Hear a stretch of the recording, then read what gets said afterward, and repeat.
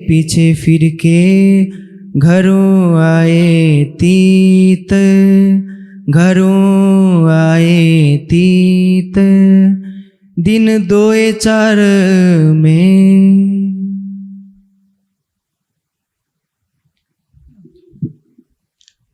अक्षरातीत धामधनी श्री लालदास जी के धाम हृदय से दिल्ली के बीतक का वर्णन करवा रहे हैं। श्री जी 2-4 दिन में अनूप शहर से दिल्ली आ जाते हैं। जो शेख बदल जी को भेजा गया था कि जाओ जमा मस्जिद में सबको सनंत की वाणी सुनाओ। सब सुनते तो हैं लेकिन कहते हैं कि यह हिंदी भाषा में है इसलिए हमको स्वीकार नहीं। इतनी कट्टर शरीयत का राज्य था। भाषा मनुष्य के विचारों के आदान प्रदान का साधन है। अपनी भाषा का सम्मान कीजिए, अपनी भाषा में बोलिए, लेकिन दूसरे की भी भाषा को हमें अपमान की दृष्टि से नहीं देखना चाहिए। लेकिन भारत में तो कुछ उल्टा होता है। हम अपनी भाषा का अपमान करते हैं और विदेशी भाषा का सम्मान करते हैं। संसार में ऐसा कहीं नहीं होता। एक हिंदुस्तानी जिसने अंग्रेजी में 10वीं क्लास भी पास नहीं की है, अंग्रेजी का शब्द जब बोलता है तो उसको गौरव होता है, उसका सीना चौड़ा हो जाता है कि मैं पढ़ा लिखा हूं। एक हिंदी भाषा में आप कहीं जाकर ऑफिस में बोलिए तो लोग सोचते हैं कैसा अनपढ़ आदमी होगा। 2-4 टूटी फूटी अंग्रेजी के शब्द बोल दीजिए तो लोग समझते हैं कि पढ़ा लिखा आदमी। ये गुलामी की मानसिकता है। लेकिन शरीयत के उस जमाने में हिंदुस्तानी भाषा से इतनी घृणा की भावना है कि कोई सनंद की वाणी जिसमें अक्षरातीत के शब्द हैं सुनना नहीं चाहता। मैं देखता हूं सारे संसार में भारत ही एक ऐसा देश बन गया है जिसमें लोग अपनी भाषा, अपनी वेशभूषा और अपने धर्म की निंदा करना गौरव समझते हैं। दुनिया के किसी देश में नहीं होता। एक अंग्रेज अपनी भाषा का सम्मान करेगा, अपनी वेशभूषा का सम्मान करेगा।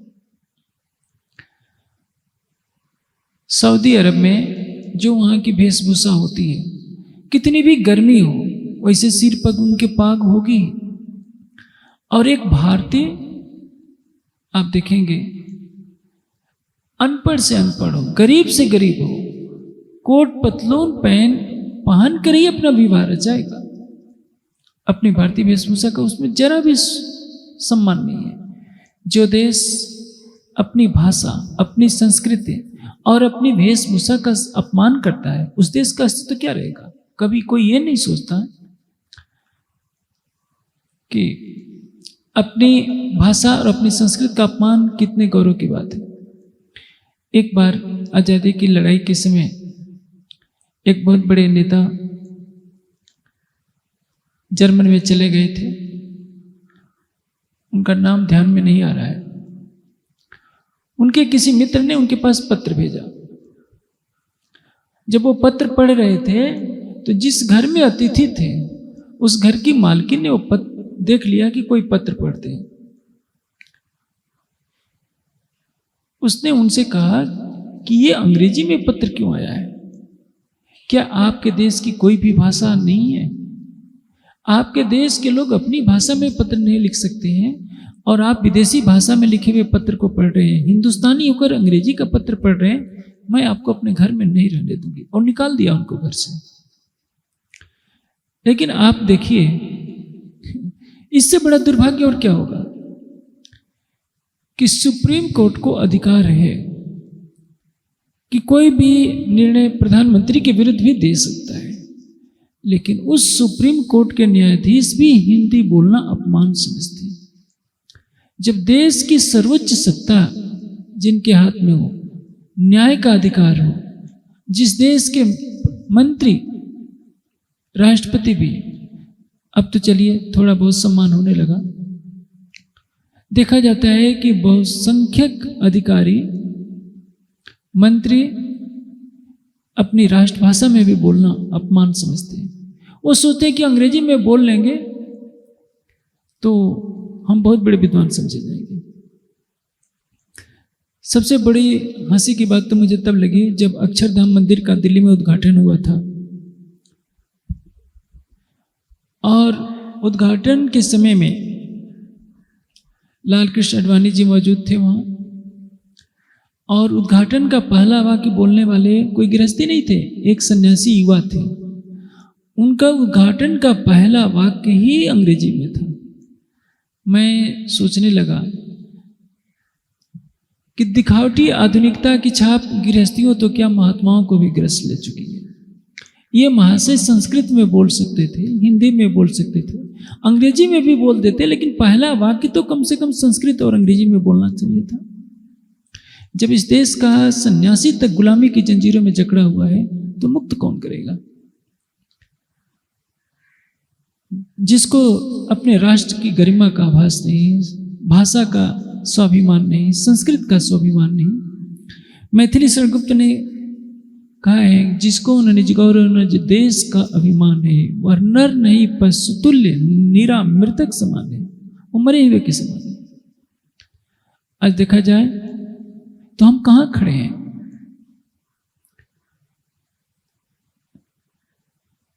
हमारी संस्कृति कितनी महान है, इसका गौरव हमें भारत में रहकर नहीं पता चल रहा है। आप विदेश जाइए, सारी दुनिया के देशों में घूम कर आइए, तब आपको पता चलेगा कि हमारी संस्कृति की महानता क्या है। एक बार हॉलैंड का एक थियोसोफिस्ट जयपुर में रहते थे कुछ साल पहले, अभी समय कहाँ है मुझे नहीं मालूम, संभवतः से सरसवा भी आ चुके हैं। उनसे मैंने पूछा कि आपको भारत में और हाईलैंड में क्या अंतर लगता है। उन्होंने कहा कि देखिए, मैं तो परमात्मा से प्रार्थना करता हूँ कि जब मेरा जन्म हो तो पुनः भारत में हो। मैं हाईलैंड में अपने घर गया था, मेरी माँ कमरे में अकेली सोती रही, और उसमें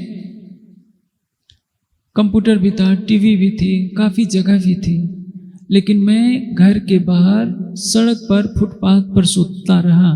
मेरी माँ अपने घर में सुलाने के लिए मुझे राजी नहीं थी। ये है माँ और बेटे का रिश्ता। अंग्रेजी कितनी दरिद्री भाषा है, इसके व्याकरण का कोई मूल आधार ही नहीं। पीयूटी पुट होगा, लेकिन बीयूटी बुट क्यों नहीं होगा? कोई नियम नहीं। आप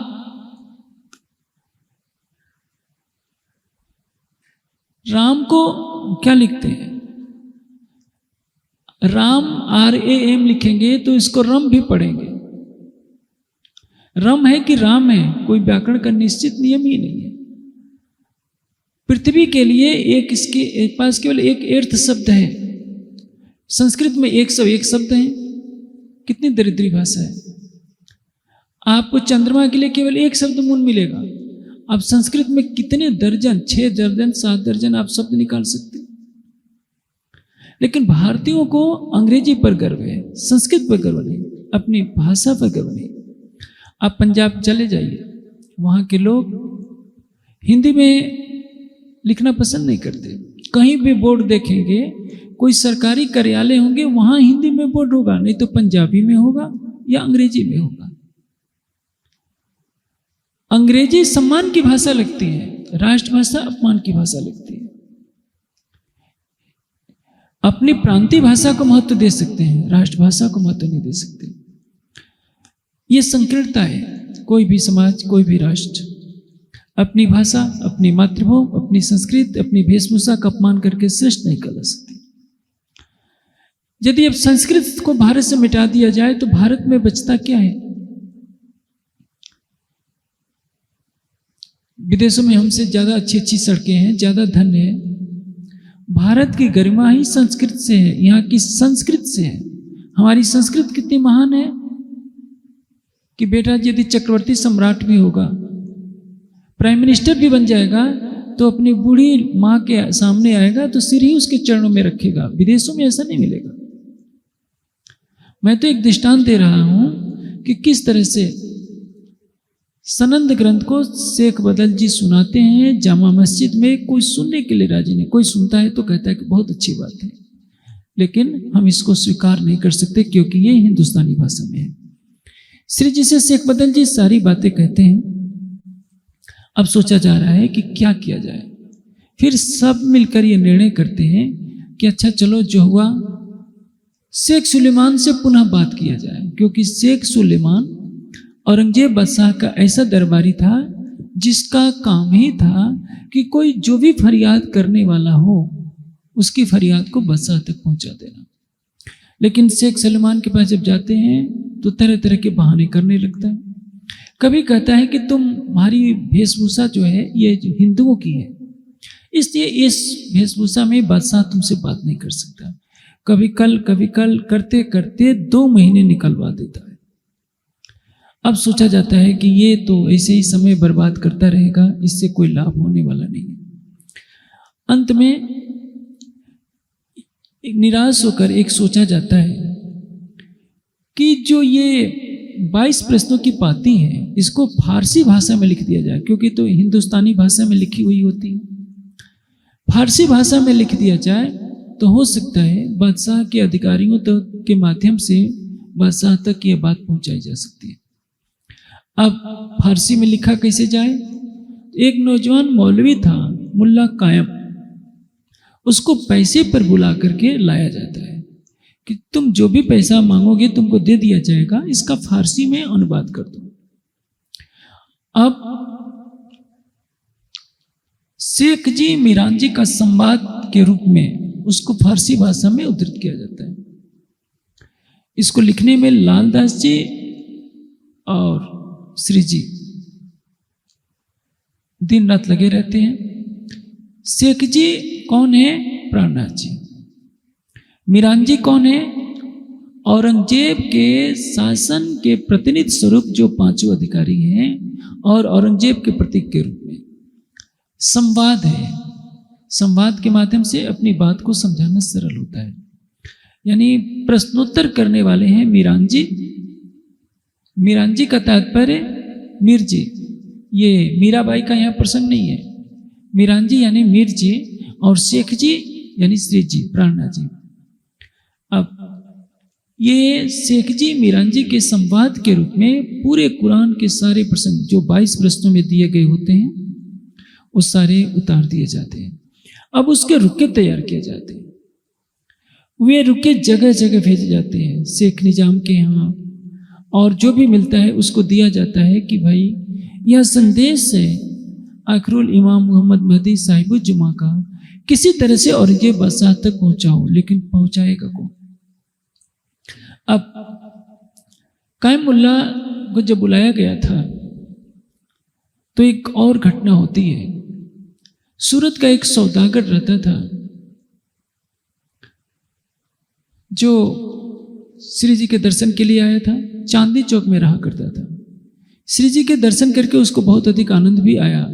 उसने श्री जी से कहा कि मेरे पास एक दज्जाल नामा है। लालदास जी उसमें गए उसके पास कि भाई दज्जाल नामा तो दिखाओ। वो टाल मटोल करता रहा कि आज दूंगा कल दूंगा। उस युग में आजकल की तरह इतने ग्रंथ नहीं हुआ करते थे। कागज मुश्किल से बनाया जाता था। किसी किसी के पास कोई ग्रंथ हुआ करते थे।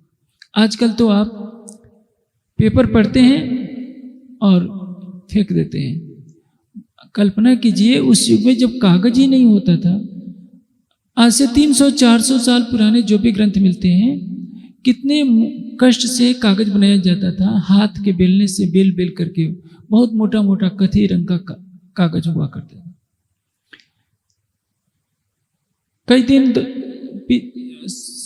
उनके पास लालदास जी का टाल मटोल करता रहा। अंत में एक बार कह दिया कि मेरे पास तफसीर हुसैनी है। दज्जालनामा तो दिया नहीं। तफसीर हुसैनी की बात उसने पुनः छेड़ दी। तफसीर हुसैनी के बारे में पूछा जब लालदास जी ने कि ये तफसीर हुसैनी क्या है।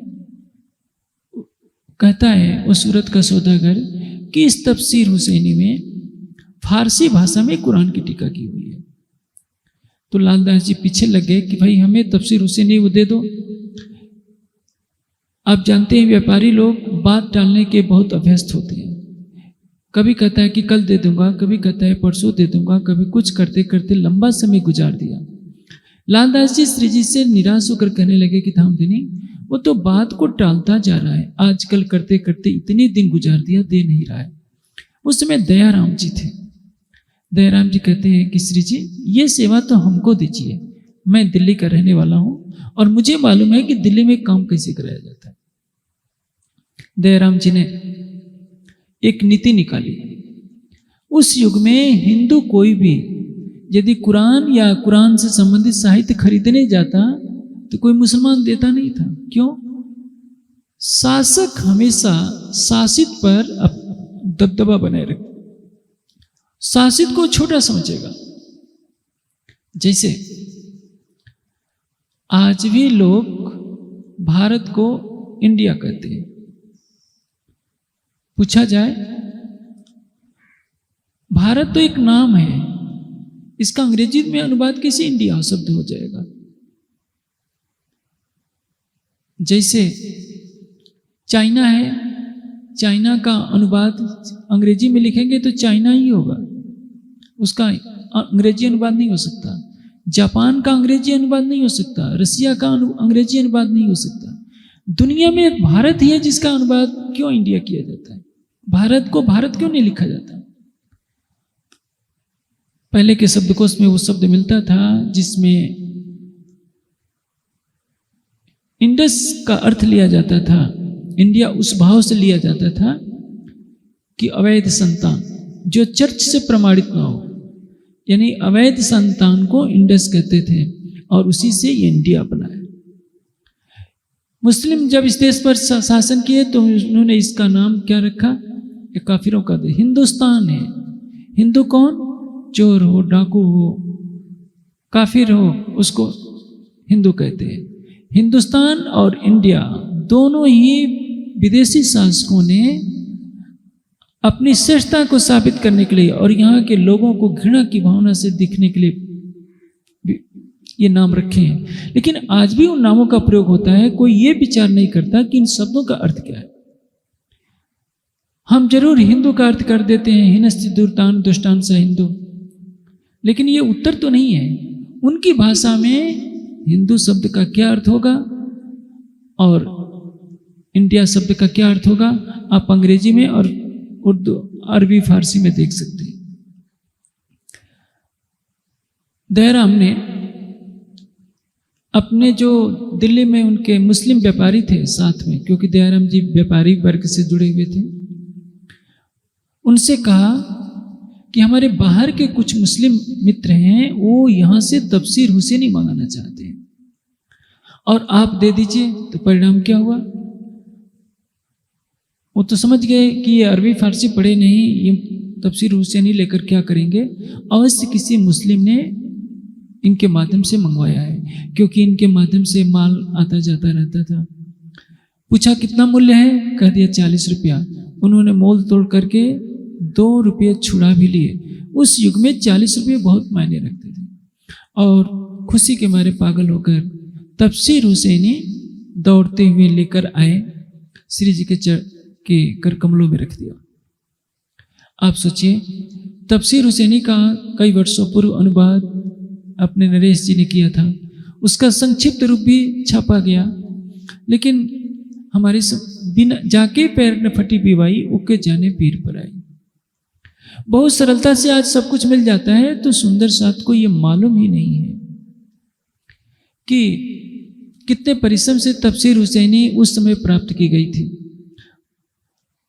आप देखिए, वाणी में महामती जी की आत्मा कहती है, ये वाणी देते मेरा जीव निकसे। जब मैं ये वाणी को बोलती हूं तो लगता है कि मेरे प्राण निकल जाएंगे। न कहवाणी साथ माहे आवाणी पढ़ साथ मटे कहवाणी, न कहवाणी माया माहे आवाणी पढ़ साथ मटे कहवाणी। ये ब्रह्मवाणी माया में कहने लायक नहीं है, लेकिन सुंदर साथ की आत्मा को जागृत करने के लिए मुझे कहना पड़ रहा है। या बानी के कारणे कई तिल तिल देह कटावे, या बानी के कारणे कोई भैरव झाप खावे, कोई हेम गने अग्नि जले, भैरव करवतले खसम को पावे नहीं, पर तिल तिल काटे दे, जो तिल तिल काटे दे। यदि अपने शरीर के कोई टुकड़े टुकड़े कर दे तो भी अक्षरातीत को नहीं पा सकता। भले ही पहाड़ों से छलांग लगा जाए, अपने शरीर को आरे से चिलवा दे, लेकिन हमें सरलता से ब्रह्मवाणी प्राप्त होती है, हमको जबरन सुनाई जाती है। सुंदर साथ को सिफारिश करके कहना पड़ता है कि सुंदर साथ जी वाणी सुनिए, वाणी पढ़िए, वाणी को आत्मसात कीजिए। उनसे पूछिए जिन्होंने गुफाओं में अपने जीवन को लगा दिया लेकिन शून्य निराकार से परे नहीं जा पाए। अब जो कायमुल्लाह जिसको बुलाया गया था, उससे श्री जी ने तफसीर हुसैनी पढ़वानी शुरू की। जब पहली पढ़ा 30वें पारे से प्रारंभ हुआ, 30वें पारे को पढ़ा, इन्ना इंजुलना हो, फिर लैलतुल कद्र मावदर का जब पढ़ा कि 1000 महीने से वह बेहतर वो रात्रि है जिसमें रूहें और फरिश्ते अपने परवरदिगार के हुक्म से उतरते हैं, तो सबकी खुशी का कोई ठिकाना नहीं रहा। आगे जब इन्ना आतेना सूरत को पढ़ा तो उसमें यमुना जी की, हौज गौसर ताल की, यमुना जी की पाल की जब मनोरम वर्णन हुआ कि किस तरह से यमुना जी की पाल पर देहरिया आई है, हीरे मोतियों से बनी हुई है, कितना हौज कौसर सुंदर है, तो श्री जी सुनने में इतने मग्न हो गए कि 3 दिन तक बिस्तर से उठे नहीं। आप सोचिए, महेश्वर तंत्र पुराण संहिता में भी मध्यम ये हौज कौसर का वर्णन है। छांदोग्योपनिषद में भी थोड़ा संकेत है। पुराण संहिता और महेश्वर तंत्र में तो परम धाम को लक्ष्य करके बहुत वर्णित किया गया है। वैसे उसमें कहीं वर्णन केवल ब्रह्म का है तो कहीं वर्णन परम धाम का है, लेकिन हिंदू धर्म ग्रंथों में परम धाम की साक्षी है तो थोड़ी सी अथर्ववेद में है और विस्तृत रूप में पुराण संहिता महेश्वर तंत्र में। लेकिन हमारे समाज में इसकी भी कोई विशेष महत्ता नहीं है, क्योंकि हमारा समाज साहित्य से बहुत दूर जा चुका है। साहित्य, ज्ञान, चित्रनी दोनों से बहुत दूर। केवल महत्ता है तो गादी की महत्ता है, स्थान की महत्ता है। हमारा गुरु स्थान, हमारी गादी, कहीं खड़ाऊ पूजा, कहीं चित्र पूजा, कहीं वृक्ष पूजा, समाधि पूजा, इसी में सारा समाज लगा है। आत्मा की जागृति किससे होगी? ज्ञान के प्रकाश से, चितवनी को जीवन में अंगीकार करने से। अब आप देख रहे हैं स्वयं अक्षरातीत है, जिस तन में लीला कर रहे हैं वो तन भी सम्मान दे रहा है, क्योंकि तफसीर हुसैनी में कुरान की सच्चाई को दर्शाया गया है। जो मुस्लिम विद्वान होते हैं वे कट्टरवादी मानसिकता के जो होते हैं वो तफसीर हुसैनी को नहीं मानते। आज भी देखिए, आज बकरा ईद है, न जाने पूरे देश में संभवतः 2 करोड़ पशुओं का गला रेत दिया गया होगा। बेचारे वो मूक पशुओं ने क्या बिगाड़ा है? जिस अल्लाह ताला को अल रहीम अल रहमान कहा जाता है, जब हमारे शरीर में कांटा चुभता है तो कितनी पीड़ा होती है। उसमें पशुओं को जबरन बांध कर, दबा कर के गला रेत रेत कर काटा जाता है। किसके नाम पर? अल्लाह की कुर्बानी के नाम पर। कुर्बानी क्या है? अपनी तृष्णाओं की तो कोई कुर्बानी नहीं करता। कुर्बानी का अर्थ होता है त्याग। त्याग यानी तृष्णाओं की कुर्बानी, विषय वासनाओं की कुर्बानी। बुद्ध ने विषय वासनाओं की कुर्बानी की। वृक्ष के नीचे 7 वर्ष बैठे रहे, कठोर तप किया। इसको तो कहा जाएगा कि हमने त्याग किया। किसी जानवर की हत्या करके उसको मार कर व्यंजन बनाकर खा लें और कहें कि हमने कुर्बानी कर दिया। उस जानवर से पूछिए जिसकी गर्दन रेती जाती है, आपकी उंगली काटी जाएगी तो आपको कितनी पीड़ा होगी। हिंदू भी कम क्यों रहे? हिंदुओं ने भी देवी माता के आगे बकरों को काटना है, कबूतरों को काटना है, भैंसों को काटना है। ये अधर्म है, चाहे हिंदू करे चाहे मुसलमान करे। न इसकी वेद स्वीकृति देता है न कुरान स्वीकृति देता है। हाँ, कुरान में 60,000 हरूफ होने चाहिए, लेकिन है इस समय कितने? 73,634 हरूफ लगभग। कहिया सुबह ने मुझको हरफ 90,000, 30 तुम जाहिर कीजिए और 30 तुम पर अख्तियार। बाकी जो 30 रहे सो राखियो छपाए, बका दरवाजे खुद सी आखिर को हम आए। 90,000 हरूफ बातें हुई थी। 90,000 हरूफ बातों में 30,000 मारिफत के जो शब्द थे मोहम्मद साहब की जबान पर चढ़े ही नहीं। मारिफत मोहम्मद साहब बोल नहीं सके। नियम के अनुसार कुरान में केवल 60,000 ही हर्फ होने चाहिए, लेकिन आपको विदित है कि सबसे पहले कुरान 12 संज्ञा की खाल पर लिखा गया था, क्योंकि मोहम्मद साहब के देश रहते रहते कुरान लिखित रूप में नहीं था। जब उनके देह त्याग के पश्चात लोग मारे जाने लगे तो सोचा गया कि कुरान को लिपिबद्ध करना चाहिए, नहीं तो ये तो समाप्त हो जाएगा। लिपिबद्ध करते समय फिर बदल जो कुछ हुआ उससे ये विकृति आई कि 60,000 हर्फ से बढ़ गया। और जहाँ कुरान एक तरफ यह कहता है कि अल्लाह तक पशुओं का मांस नहीं पहुँचता, वहाँ नेक बंदगी पहुँचती है। इसका तात्पर्य क्या है? आप अल्लाह का नाम लेकर किसी भी पशु की हत्या करेंगे, वो अल्लाह ताला उसको स्वीकार नहीं करेगा। जो सारी सृष्टि का परमात्मा है, सबके लिए दया का सागर है, वो पशुओं की हत्या क्यों करवाएगा? कहाँ, कौन सा ये धर्म सिखाता है? लेकिन संसार के प्राय हर मतावलंबी ने अपने अपने स्वार्थ के लिए धर्म के नियमों को तोड़ मरोड़ करके व्याख्या की है। अब श्री जी इन्ना आतेना सूरत को सुन करके मग्न हो जाते हैं। तफसीर हुसैनी के चिंतन का कार्य चलता रहता है और तब 5 रुके तैयार किए जाते हैं। इसके पहले एक विशेष घटना होती है। इसी समय प्रेम जी, नाग जी और संग जी, बिहारी जी उनको भेजते हैं। क्यों? क्योंकि गादी का खर्च कैसे चले। कहावत कही जाती है बोलचाल में कि चुपचाप बैठे रहने से तो कुबेर का खजाना भी खाली हो जाता है। मनुष्य को क्या करना चाहिए? जीवन में पुरुषार्थ करना चाहिए। आलसी होकर के बैठे रहने से, जो एक नीति का कथन है, जो बैठा रहता है उसका भाग्य बैठा रहता है, जो सोया रहता है उसका भाग्य सोया रहता है, जो चलता रहता है उसका भाग्य उसके पीछे पीछे चलता रहता है। कहने का भाव क्या है? मनुष्य को पुरुषार्थी होना चाहिए, कभी आलसी नहीं होना चाहिए। हमारे देश के लोग आलसी बन गए जब से, तब से ये देश कंगाली का जीवन बिताने लगा। आप देखेंगे, गांव में चले जाइए, बूढ़े लोग दोपहर को या तो ताश खेलेंगे या शाम को गुड़गुड़ा पिएंगे। शहरों में भी चले जाइए, पार्कों में सवेरे शाम, तो बूढ़े लोग भी क्या करेंगे? राजनीति की बातें करेंगे। उनको सत्संग की बातें सुनाओ, अच्छा नहीं लगेगा। युवा हो, वृद्ध हो, किसी भी समाज में यदि आलस प्रमाद आता है तो नष्ट हो जाता है। पुरुषार्थ ही भाग्य का निर्माता होता है, और जब मनुष्य से पुरुषार्थ छूट जाता है तो विनाश को प्राप्त हो जाता है। बिहारी जी महाराज के पास परम धाम का कोई ज्ञान नहीं, ध्यान की प्रक्रिया उनको नहीं मालूम, कोई पुरुषार्थ नहीं करते किसी को जगाने के लिए, तो परिणाम क्या होगा? धन कहाँ से आएगा? गादीपति बनकर के तो बैठ गए हैं, सुंदर साथ के बीच में धाम धनी कहला रहे हैं, धन तो आएगा नहीं, धन तो पुरुषार्थ करने पर ही आएगा।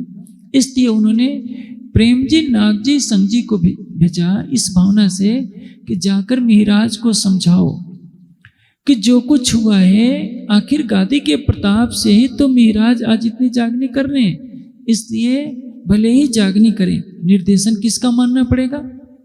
गादीपति बिहारी जी महाराज के। आज भी वही प्रक्रिया चल रही है।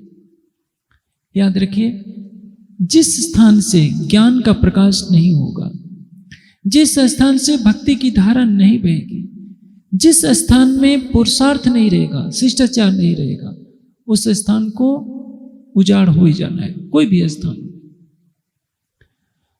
हमारे समाज में 400 से अधिक मंदिर हैं। यदि 400 मंदिरों में 400 विद्वान होते, आजकल ये कल्पना सी बात लग रही है, तो शायद हमारे समाज का इतिहास कुछ और होता। लेकिन मंदिरों की दिनचर्या क्या है? सेवा पूजा से आगे कुछ नहीं होता। किसी भी मंदिर से न तो ज्ञान का तीव्र तरीके से प्रचार हो रहा है, न साहित्य पर ध्यान है, न चितवनी पर ध्यान है, न सामाजिक जन जागृति पर ध्यान है, तो निश्चित है कि उस स्थान में आने वालों की संख्या दिन पर दिन कम होती जाएगी। हम जो पुरानी विचारधारा को थोपना चाहते हैं कि चरणामृत प्रसाद लेने के लिए सबको आना पड़ेगा, वो आज से 50 साल 100 साल पुरानी बात हो गई। आज आपके मंदिर में यदि ज्ञान का प्रकाश नहीं मिलेगा, युवा वर्ग को राह नहीं दिखाई जाएगी, तो चरणामृत प्रसाद लेने के लिए हर युवा आएगा, ये संभव नहीं है। हवा का रुख कोई भांपना नहीं चाहता। आज की युवा पीढ़ी क्या चाहती है, उसको कोई जानना नहीं चाहता। जब तक युवा पीढ़ी को ज्ञान के संस्कार नहीं मिलेंगे, भक्ति के संस्कार नहीं मिलेंगे, संसार में हमें करना क्या है यह नहीं बतलाया जाएगा, तो वो तो उस युग की देन है केवल चरणामृत प्रसाद और 5 परिक्रमा या 5 चौपाई पढ़ना। जब शिक्षा का दीपक टिमटिमा रहा था, हवा के झोंके अलग चल रहे थे, किसी तरह से राज्य पर आस्था बनाए रखनी थी। इसलिए हमारे मनुष्यों ने नियम बना दिया कि प्रातः उठकर 5 चौपाई पढ़ लेनी है, चरणामृत प्रसाद ले लेना है, बस और कुछ करने की जरूरत नहीं है। उस युग में वाणी छपी नहीं थी, किसी तरह से श्रद्धा विश्वास को अखंड रखना था, इसलिए नियमावली बनाई थी।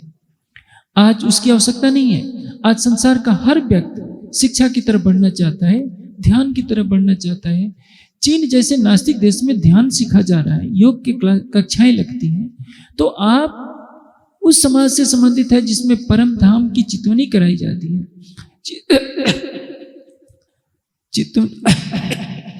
चितवनी की वह प्रक्रिया जो नारायण को मालूम नहीं, ब्रह्मा विष्णु शिव को नहीं मालूम कि कैसे परम धाम में प्रवेश किया जाएगा, निराकार मंडल को छोड़कर बेहद को पार करके, वो उस समाज की देन है।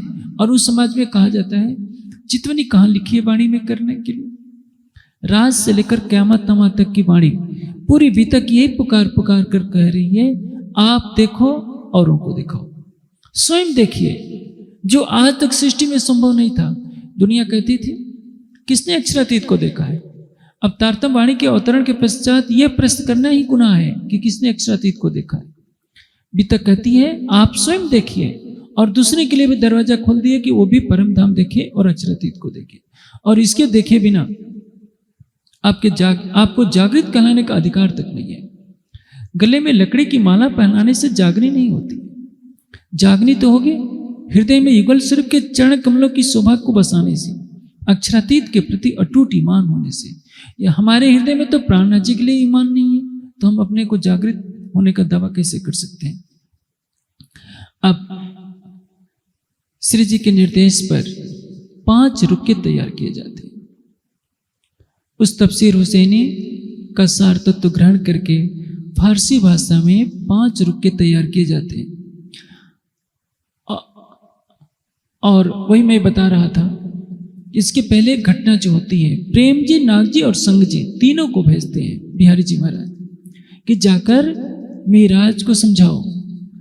और निश्चित है कि श्री जी के पास आने पर भेंट में तो सेवा, धन की सेवा ही मिलेगी। 2 कार्य थे, एक तो धन ले जाना, क्योंकि जो गादी स्थान है उसकी प्राथमिकता होती है वहाँ धन की सेवा सुंदर साथ करे।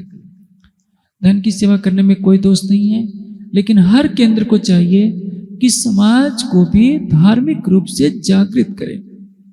यदि आप संसार में ज्ञान का प्रकाश नहीं देंगे, आत्मिक शांति के लिए कोई मार्ग नहीं दर्शाएंगे, ध्यान का मार्ग नहीं बताएंगे, ज्ञान हृदय में प्रकाशित करके अक्षरातीत के प्रति निष्ठा, श्रद्धा, समर्पण की भावना नहीं करेंगे, तो कहीं ना कहीं आप दोष के भागी हैं।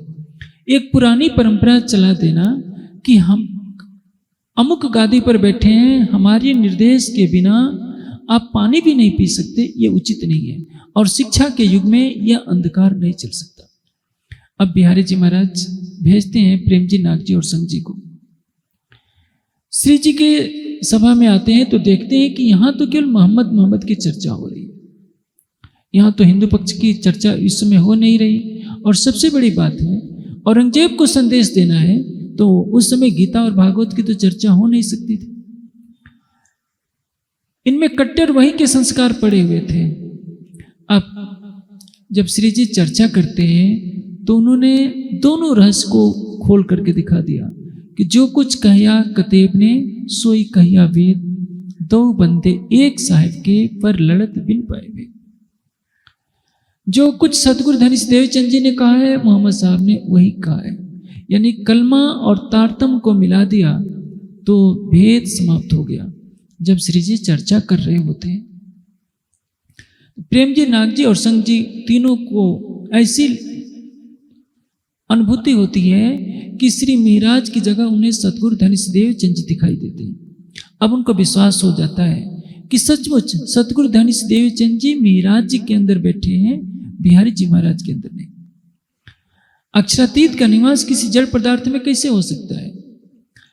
तखत और रुई के मिश्रण से बनी हुई गादी के अंदर अक्षरातीत बैठ जाए तो संसार तो सोने का तखत बनाकर फूलों की सैया लगा दे और कहे कि अक्षरातीत बैठ जाइए। हीरे मोतियों का सिंहासन बनाया जा सकता है, लेकिन याद रखिए अक्षरातीत कभी भी किसी जड़ पदार्थ में नहीं बैठते। न गादी में बैठेंगे, न कलश में बैठेंगे, न सोने के सिंहासन में बैठेंगे। वो तो आत्मा के धाम हृदय में बैठते हैं। अब भी महामती जी के धाम हृदय में बैठे हैं, गुम्मट जी में। आप कहीं भी हीरे सोने की ईंटों से मंदिर बना लीजिए, हीरे मोतियों से उससे सजा दीजिए, सोने के हीरे मोती के सिंहासन बना दीजिए, तो भी राज्य उस पर नहीं बैठेंगे। जब बैठेंगे तो अर्ज तुम्हारा मेरा दिल है, इत आए करो आराम। हृदय को सिंहासन बनाकर अक्षरातीत बैठते हैं। पहले श्री देवचंद जी के धाम हृदय में लीला किए, उसके पश्चात महामती जी के धाम हृदय में लीला कर रहे हैं। जागनी ब्रह्मांड में अक्षरातीत कहलाने की शोभा केवल महामती जी को है। और हर ब्रह्मात्मा को अपनी शक्ति देते हैं, अपनी कृपा की छत्र छाया में रखकर उसके धाम हृदय में अपनी शोभा विराजमान कराकर उसे जागनी कराते हैं। इसलिए वाणी कहती है, इन गुनहगारों के दिल को अर्ज कर बैठे मेहरबान। परम धाम की परमात्मा इस माया की दुनिया में आई है तो भी धामधनी उस तन में विराजमान हो रहे। अब श्री जी ने जब कलमा और तारतम को एक कर दिया, वेद पक्ष और कते पक्ष को एक कराकर सत्य की पहचान कराई कि देखो भले ही कोई तन से हिंदू है, तन से कोई मुस्लिम है, परमात्मा तो सबका एक है और राज्य सबके हैं। इसलिए हिंदू मुस्लिम से परे हमें परम सत्य की तरफ चलना होगा। जब यह बोध होता है नाग जी और संग जी को, प्रेम जी को, तो उनके मन में आस्था जगती है कि सचमुच ये जो श्री जी कह रहे हैं बिल्कुल सही बात है।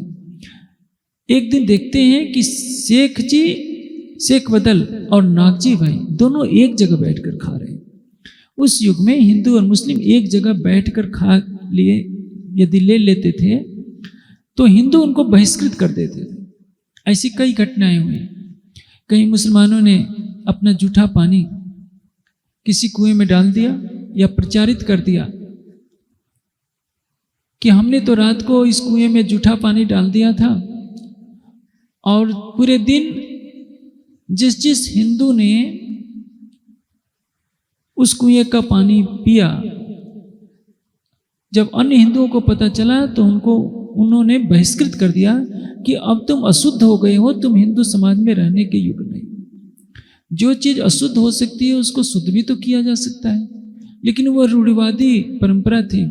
गांव के गांव कितने लोग हो गए इसी अंधविश्वास में कि इन्होंने मुस्लिम का दिया हुआ खा लिया है, उसके जिस कुएं में जूठा पानी गिर गया उस कुएं का पानी पी लिया है, तो इनका धर्म भ्रष्ट हो गया है, इनको समाज से बहिष्कृत करो।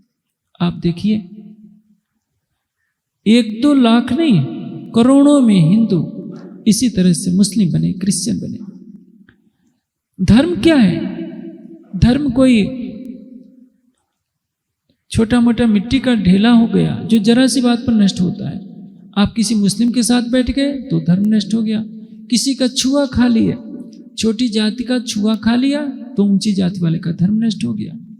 धर्म किसको कहते हैं ये तो किसी ने सोचा ही नहीं। धर्म तो जब सृष्टि नहीं रहती तब भी नष्ट नहीं होता। हमारा धर्म क्या है? धर्म के 10 लक्षणों का हम पालन करते हैं तो हम धार्मिक हैं। हमको तो विश्वास भी नहीं है राज्य पर। नास्तिक कौन है? नास्तिक वह है जो सोचता है कि इस अंधेरे कमरे में कोई हमें देख नहीं रहा है, लेकिन जो ये सोचता है कि इस अंधेरे कमरे में भी राज्य हमको देख रहे हैं, वही सबसे बड़ा आस्तिक है। चाहे कोई भी मंदिर हो, मस्जिद हो, गिरजाघर हो, गुरुद्वारे हो, जहां भी आप बैठे हो, आप सोचते हैं कि यहाँ थोड़े परमात्मा देख रहा है, किसी को चंटा मार दिया, किसी से कोई गलत व्यवहार कर लिया, लेकिन यह भूल है। आप सागर की गहराइयों में छिप जाइए, पर्वतों की गुफाओं में छिप जाइए, भयानक वन में चले जाइए, पाताल से लेकर बैकुंठ तक, निराकार तक कहीं चले जाइए, परमात्मा की अनंत दृष्टि आपको देख रही है। आपके मन में भी कोई बुरा विचार होता है तो भी वो परमात्मा से छिपा नहीं है। जो इस पर आस्था रखता है वही सबसे बड़ा आस्तिक है। भगवे वेश धारण करने से, सिर के बाल, दाढ़ी के बाल बढ़ा लेने से कोई आस्तिक नहीं होता। आस्तिक वह होता है जो अपने हर कार्य को परमात्मा की साक्षी रख करके करता है कि मेरा सर्वशक्तिमान परमात्मा मेरे हर कार्य पर दृष्टि बनाए हुए। अब श्री जी ने जब सबको एक कर दिया तो वहां से पाती लिखी उन्होंने सब जगह कि हमने तो देखा है कि सतगुरु धनीराज देवचंद जी श्री महाराज जी के अंदर लीला कर रहे हैं। श्री जी से बात हुई, श्री जी समझ गए थे कि नौतनपुरी धाम में इस समय पैसे की कमी हो गई है। गादी में बिहार जी के लिए अच्छी भेंट देकर उनको विदा किया। प्रेम जी का विश्वास जम गया था श्री जी पर, वो तो वहीं रह गए, लेकिन नाग जी और संग जी चले। जब रास्ते में सुंदर साथ के यहाँ गए तो दोहरी बातें करते थे। ब्रह्मसृष्टि की क्या विशेषता होती है? तन दिल दो एके रूह कहियत ऐसो। ब्रह्मसृष्टि कभी दो तरह की बातें नहीं करेगी। जो उसकी जिह्वा पर होगा वही उसकी जबान पर होगा। ऐसा नहीं कि दिल में कुछ और है और जिह्वा पर कुछ और। ये जीव सृष्टि की पहचान है। ब्रह्म सृष्टि कभी लाग लपेट नहीं जानेगी।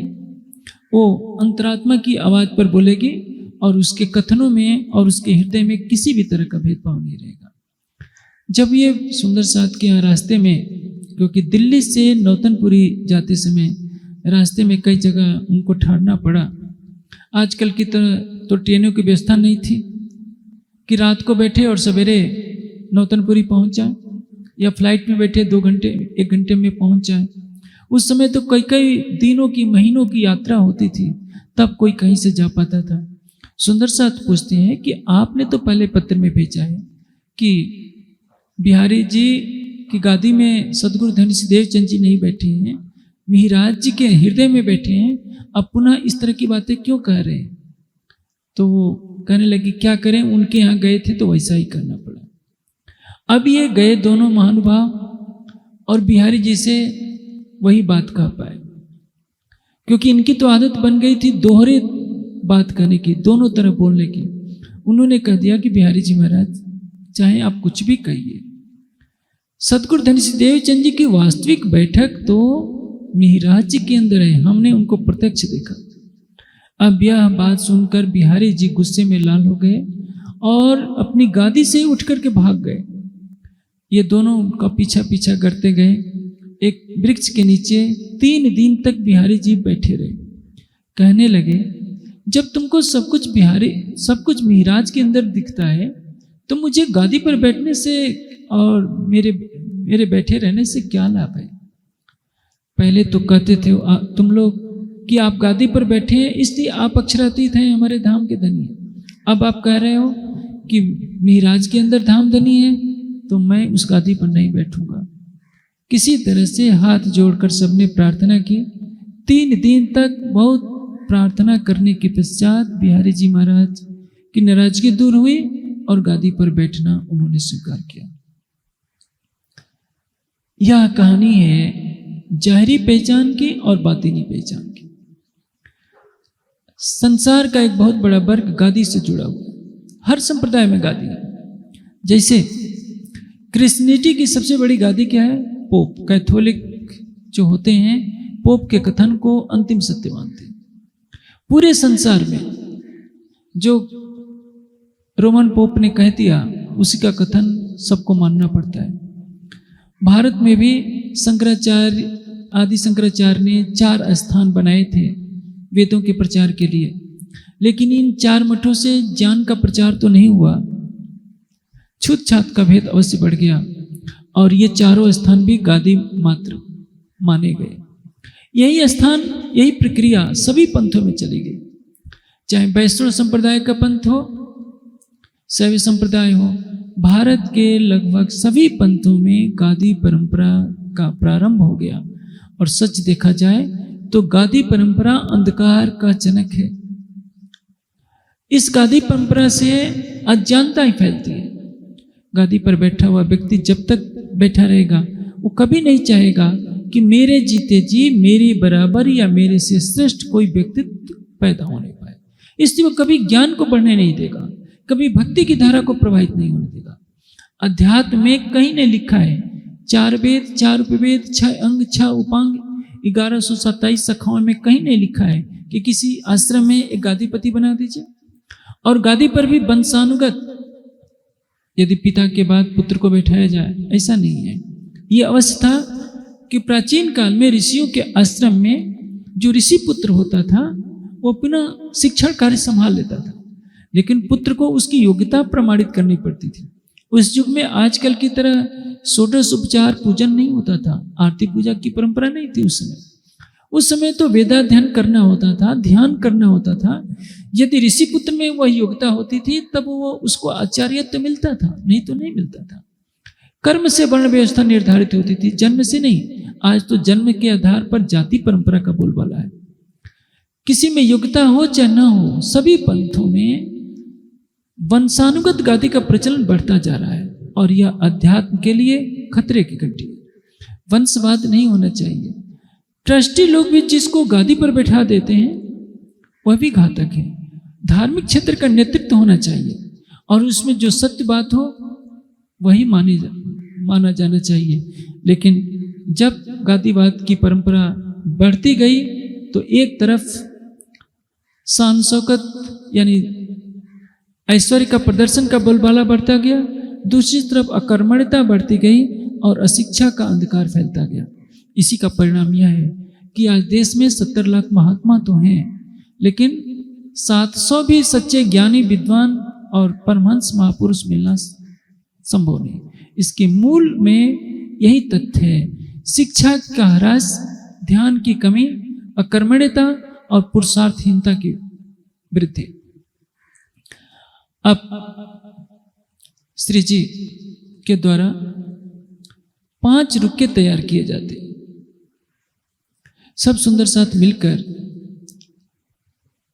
ये तय करते हैं कि 5 रुक्के तैयार किए जाए और जगह जगह उसको फैलाया जाए। उन रुक्कों में क्या लिखा है? जो 22 प्रश्न थे, शेख जी मीरान जी का संवाद, उसको जगह जगह शेख निजाम के यहाँ कई दिन गए, लेकिन उसने जरा भी उन कथनों को स्वीकार नहीं किया। अब सोचा जा रहा है कि औरंगजेब तक अपनी बात पहुंचानी है, तो क्या किया जाए। काफी प्रयास करने के पश्चात भी कोई साथ देने के लिए तैयार नहीं मिलता।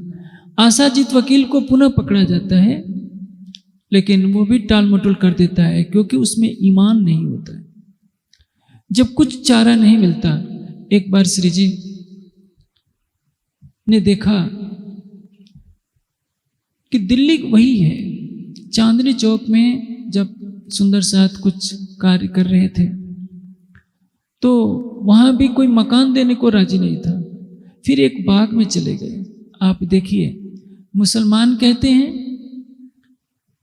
कि ये कुरान भी पढ़ते हैं और वेशभूषा हिंदू रखते हैं, इसलिए हमको ये स्वीकार नहीं। हिंदू कहते हैं कि ये चोटी भी रखते हैं, माला भी पहनते हैं और फिर ये कुरान भी पढ़ते हैं, ये हमको स्वीकार नहीं।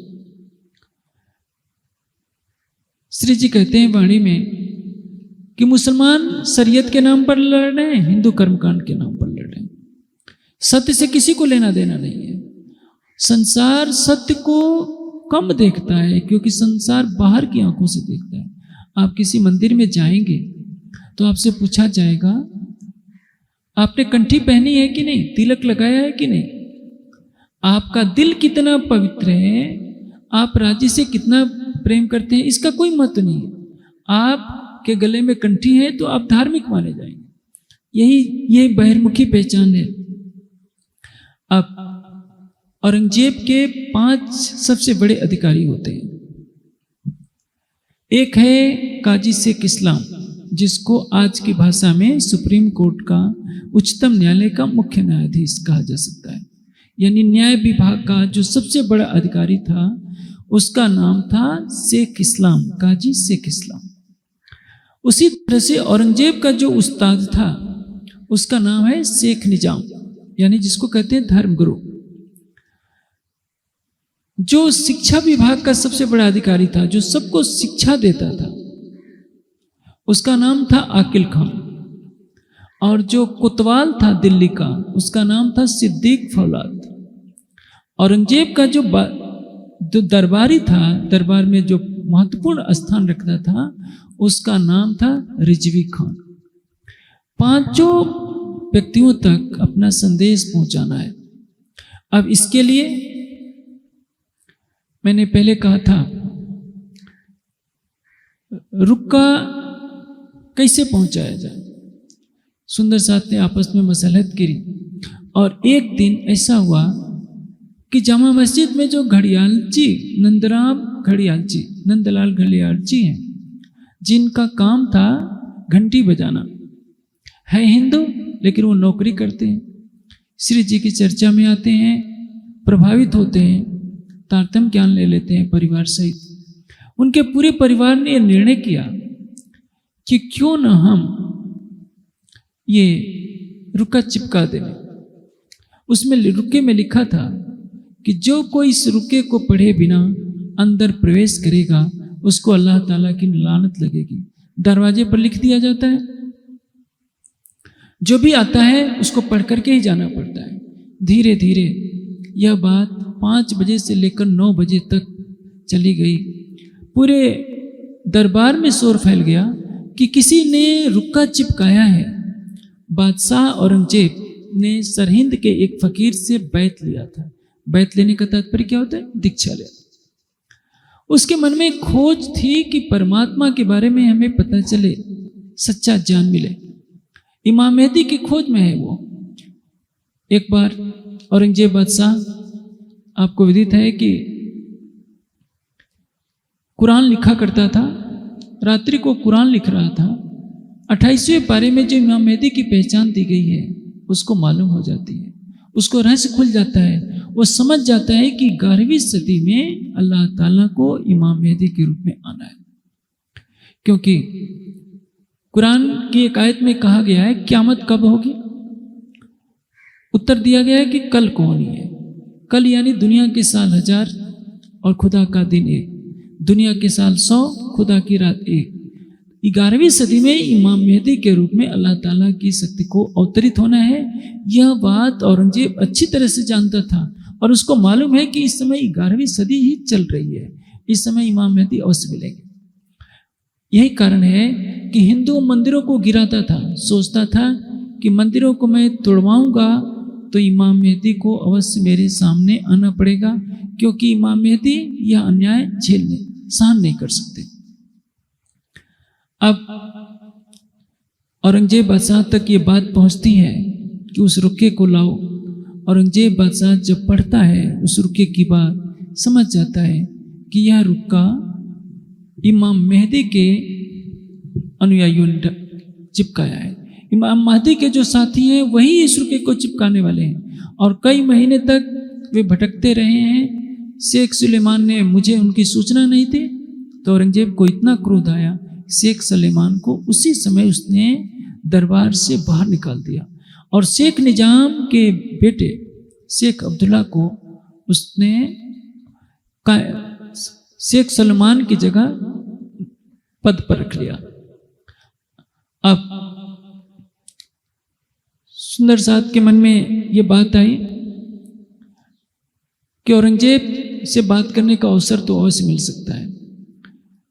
शेख अब्दुल्ला ने मुनादी फिरा दी कि बादशाह जुम्मे की नमाज को मिलेगा, जिसकी जो फरियाद हो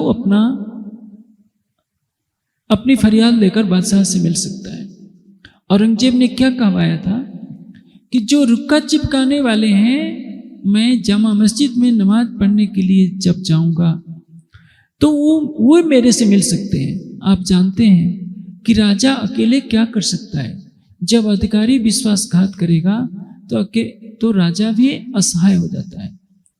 बादशाह ने कुछ और कहा, सूचना दिलवाई गई और बादशाह घोड़ा लेकर खड़ा रहता है अपने घोड़े पर और देखता है कि ये तो पूरा नगर ही, दिल्ली नगर ही मेरे पास अपनी अर्जी लेकर के आ रहा है। ऐसा तो मैंने कहा नहीं था। मैंने तो कहा था कि जो रुक्का चिपकाने वाले हैं केवल वो आए।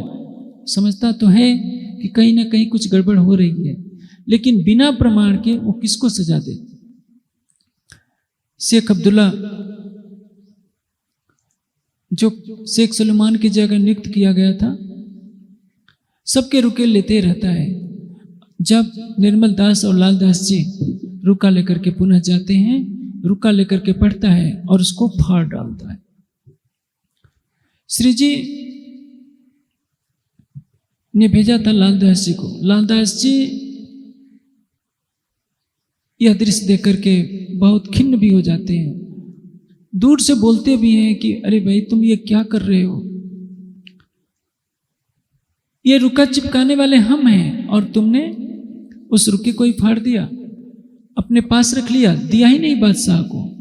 बादशाह दूर खड़ा था। लालदास जी ने सोचा कि जो भी होगा देखा जाएगा। लालदास जी दौड़ लगाते हैं कि औरंगजेब के बादशाह के पास दौड़ करके हम दूसरा रुका दे दें, लेकिन तब तक तो औरंगजेब ने घोड़े को एंड दे दी थी। घोड़ा दंदनाते हुए चला गया। लालदास जी से भेंट नहीं हो पाई। अब सोचा जाता है कि हम नलवे तैयार किए। 5 नलवे 5 व्यक्तियों पर तैयार किए जाते हैं। उनमें क्या लिखा होता है? क़यामत की पहचान। इसको यदि आप समझ जाएंगे तो कुरान का सार तत्व समझ में आ जाएगा। वैसे मुसलमान क़यामत की बात सुनते ही डर जाते हैं। वो सोचते हैं कि क़यामत यानी प्रलय हो जाना। क़यामत का अर्थ प्रलय नहीं होता है। आपने कीर्तन में सुना होगा, क़यामत आई रे साथ जी, क़यामत आई रे। क़यामत आने का समय का अर्थ क्या है? परम धाम का वह ज्ञान अवतरित होना जिसको आत्मसात करने से दुनिया क़याम हो जाए, अखंड हो जाए। और जब दुनिया उस ज्ञान को आत्मसात कर लेगी तो अखंड कहाँ होगी? यो बेहद मंडल में, योग माया के ब्रह्मांड में। अखंड होने के लिए तो इस संसार को लय होना ही पड़ेगा। जो बाह्य अर्थ करते हैं वो सोचते हैं कि हम तो सब मर जाएंगे, इसलिए यही इसी दुनिया में बने रहें। क़यामत के नाम सुनते ही अधिकतर मुसलमानों को सिहरन हो जाती है। क़यामत के 7 निशान हैं, मुख्य 7 निशानों के बारे में मैं संक्षेप से प्रकाश डालता हूँ। एक तो यह है, आजूज और माजूज प्रकट हो जाएंगे। पहला निशान, आजूज 100 गज का होगा और माजूज 1 गज का होगा। कुरान में एक घटना कही गई है कि नूह नबी के पोते हैं आजूज माजूज, और याफिस की संतान है ये। इनकी 4 लाख कौमें हैं। इनके 3 सेना नायक हैं, साला, सुबा और ताबा। क्या था? ये मध्य एशिया की खूंखार जातियां थी। ये दूसरे देशों में आक्रमण करके उत्पात मचाया करती थी। इसलिए उस देश के लोगों ने एक अष्टधातु की दीवार बना दी।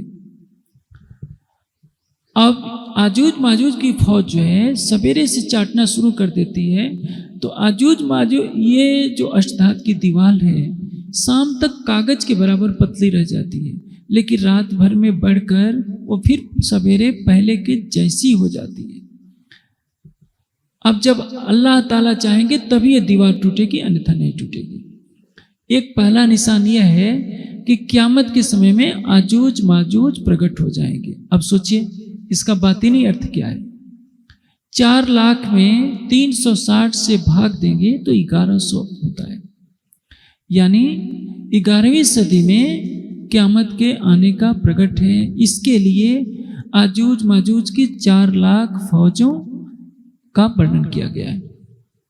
दूसरी बात कि जो क़यामत के समय में अवतरित इमाम मेहदी के द्वारा दिए हुए इल्म लदुन्नी को ग्रहण कर लेगा, वो क्या होगा, अष्टधात की दीवार को तोड़ देगा।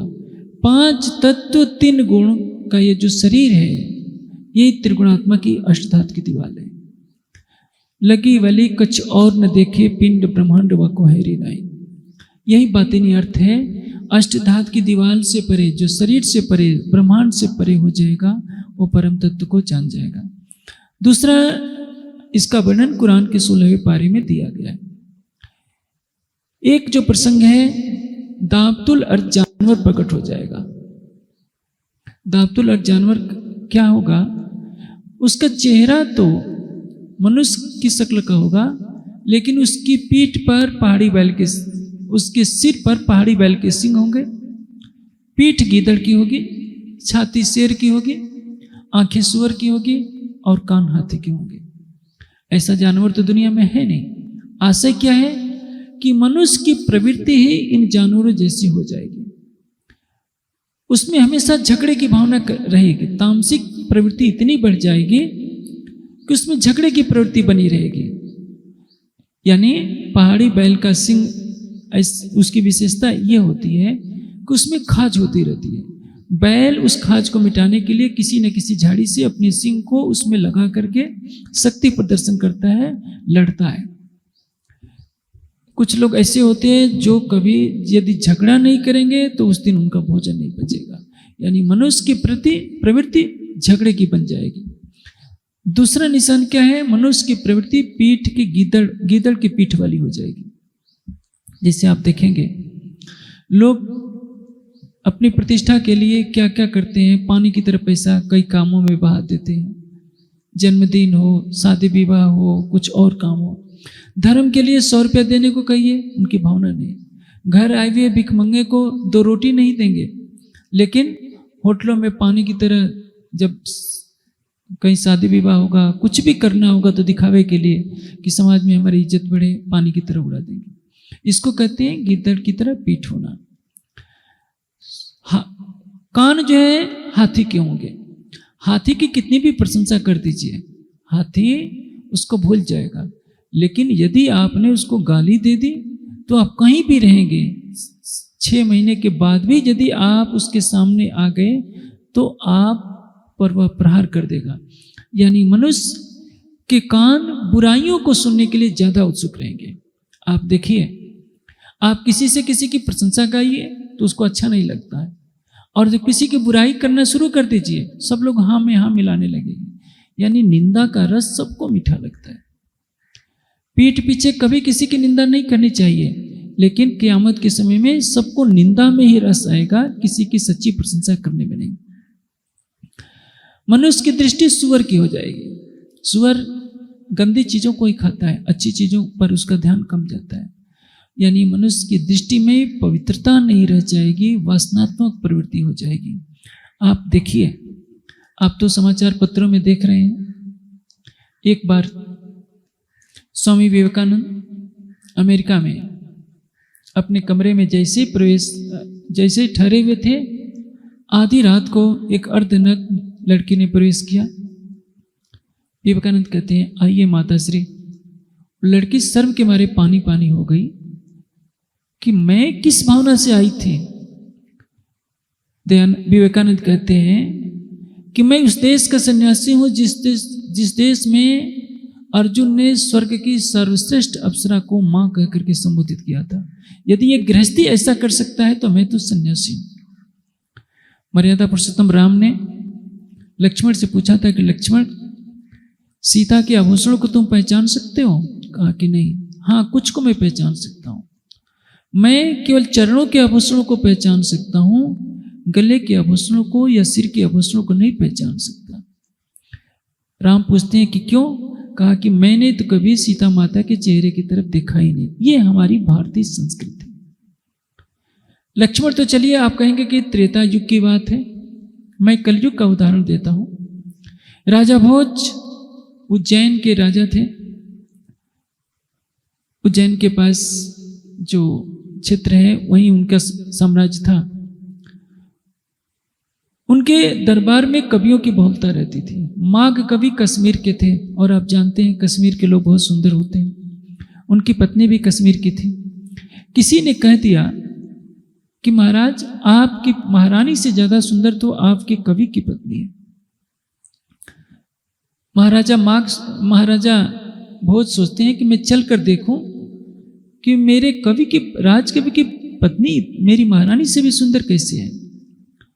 अकेले चल देते हैं महाराज पता लगाने के लिए। दरवाजा खटखटाते हैं। दरवाजा खोलने पर माघ की पत्नी सामने आती है। उस समय माघ थे नहीं। माघ की अनुपस्थिति में महाराजा भोज गए थे। एक पल के लिए देखा, अपनी दृष्टि नीचे की और वापस आ गए। माघ की पत्नी सोचने लगती है, आज तक महाराजा भोज ने किसी पराई स्त्री की तरफ आंख नहीं उठाई, क्या कारण है कि मेरी तरफ उन्होंने ये देखा। ये हमारे देश की संस्कृति है जिसमें एक राजा भी अपने कवि की पराई पत्नी की तरफ आंख उठाने में पाप समझता है। लेकिन आज कलयुग में आप देखते हैं गृहस्थी तो गृहस्थी, बड़े बड़े सन्यासी भी पाप कर्मों में लिप्त होते हैं, वो जेलों की सजा काटते हैं और दुनिया कहती है कि क्या कलयुग में महात्मा ऐसे ही होते हैं। कोई नैतिकता नहीं रह गई। ये है दाबतुल अर्थ जानवर का प्रकट होना, यानी पशुओं के सारे लक्षण आ जाना। मुर्गे जैसी गर्दन हो जाना। मुर्गे की गर्दन कैसी होती है? आप नई पीढ़ी को देखते हैं ना, कैसे प्रणाम करते हैं। बड़ों के पैर छूने में नई पीढ़ी को बहुत अपमान महसूस होता है। विशेषकर दिल्ली में तो प्रणाम कैसे किया जाता है? चेहरे हिला करके। हाथ भी जोड़ा नहीं जाता। हाथ जोड़ने का अर्थ क्या होता है? हमारी भारतीय संस्कृति में किसी को भी प्रणाम करते हैं तो ऐसे हाथ जोड़ते हैं, सिर नीचा करते हैं। इसका क्या अर्थ है? सिर झुकाना, यानी आपके प्रति हम श्रद्धान्वित हैं, श्रद्धा प्रकट करते हैं। 5 उंगलियां ये, 5 ये, 10 हमारी सभी इंद्रियों में इसको हृदय के साथ लगाया जाता है। हमारे हृदय में जो भी प्रेम है, हमारी इंद्रियों में हृदय में जो भी प्रेम है वो हम आपके प्रति समर्पित करते हैं। ये प्रणाम या अभिवादन का आशय होता है। तो लोग हाथ तो जोड़ते नहीं, सिर हिला देते हैं। कभी कभी तो वो भी नहीं करते। मंदिर में भी मैंने देखा है, मंदिरों में भी जाएंगे तो प्रणाम करने में तौहीन होती है। आप सोचिए मनुष्य कितना अहंकारी है। यदि रात को खुले आकाश की तरफ देखे मनुष्य कि तुम्हारा अस्तित्व क्या है, रात में आप आकाश में देखिए कितने तारे दिखाई देते हैं, लाखों, गिन तो आप सकते नहीं। एक जो गैलेक्सी है, इस गैलेक्सी में करोड़ों सूर्य हैं और हमारा सूर्य सबसे छोटा सूर्य है। हमारा सूर्य भी पृथ्वी से 13 लाख गुना बड़ा है और इस पृथ्वी पर हमारे भारत जैसे न जाने कितने देश हैं। इस पृथ्वी पर 5 अरब से ज्यादा जनसंख्या रहती है। न जाने कितने अरबोपति हैं, कितने खरबोपति हैं, कितने करोड़ोपति हैं।